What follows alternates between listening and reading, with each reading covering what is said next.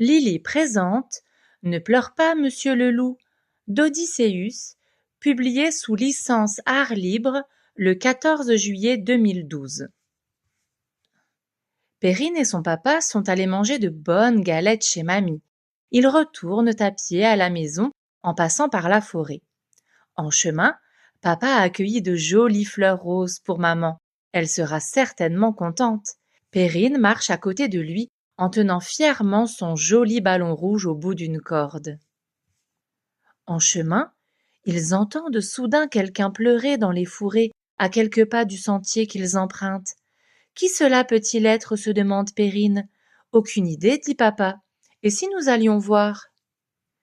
Quelqu'un sanglote assis sur un vieux tronc d'arbre au milieu d'une clairière. C'est monsieur le loup, dit Perrine. Pourquoi pleure-t-il comme ça? Allons le lui demander, suggère papa. Eh bien, que se passe-t-il, monsieur le loup? Demande Perrine. Bouh, je suis tout seul et personne ne veut être mon ami. J'ai pourtant décidé d'être gentil avec tout le monde. Je fais des efforts, mais tout le monde a peur de moi. Ça ne marche pas. En plus, je suis maladroit. Je détruis tout ce que je prends dans les mains. Je suis malheureux. Bouh. Moi, je veux bien être ton ami, dit Perrine, et je n'ai pas peur de toi, tu sais. Tiens, je te donne mon ballon. On peut y jouer ensemble si tu veux. Allez, sèche tes larmes, monsieur le loup. Es-tu rassuré? Merci, dit monsieur le loup en saisissant délicatement le beau ballon rouge. Mais soudain, pang! Bouh! Tu vois, je te l'avais bien dit, je casse tout ce que je prends. Je vais rester tout seul, je ne suis l'ami de personne. Voyons, monsieur le loup, ce n'est pas grave, ce n'est qu'un ballon. Je te propose de venir chez moi. J'ai une chouette piscine dans mon jardin. Je t'y invite. Nous pouvons y passer l'après-midi si tu veux. Qu'en penses-tu?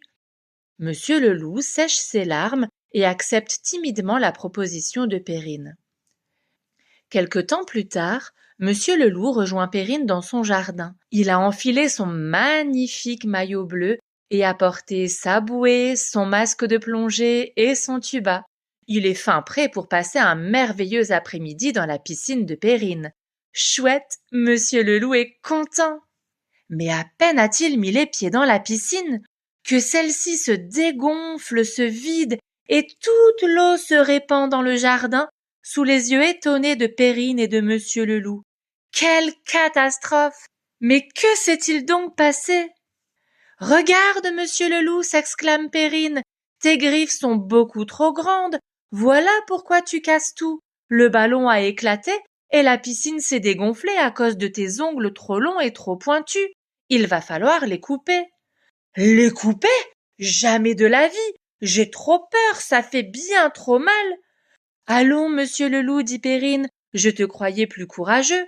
Couper les ongles, ça ne fait pas mal du tout. Maman me les coupe toutes les semaines et je ne pleure pas. Si tu veux, je veux bien te les couper. Ainsi tu ne casseras plus rien. Monsieur le loup accepte finalement après de longues hésitations. Quand Perrine lui coupe les ongles, il n'est pas très rassuré, mais il fait bonne figure et ne dit rien.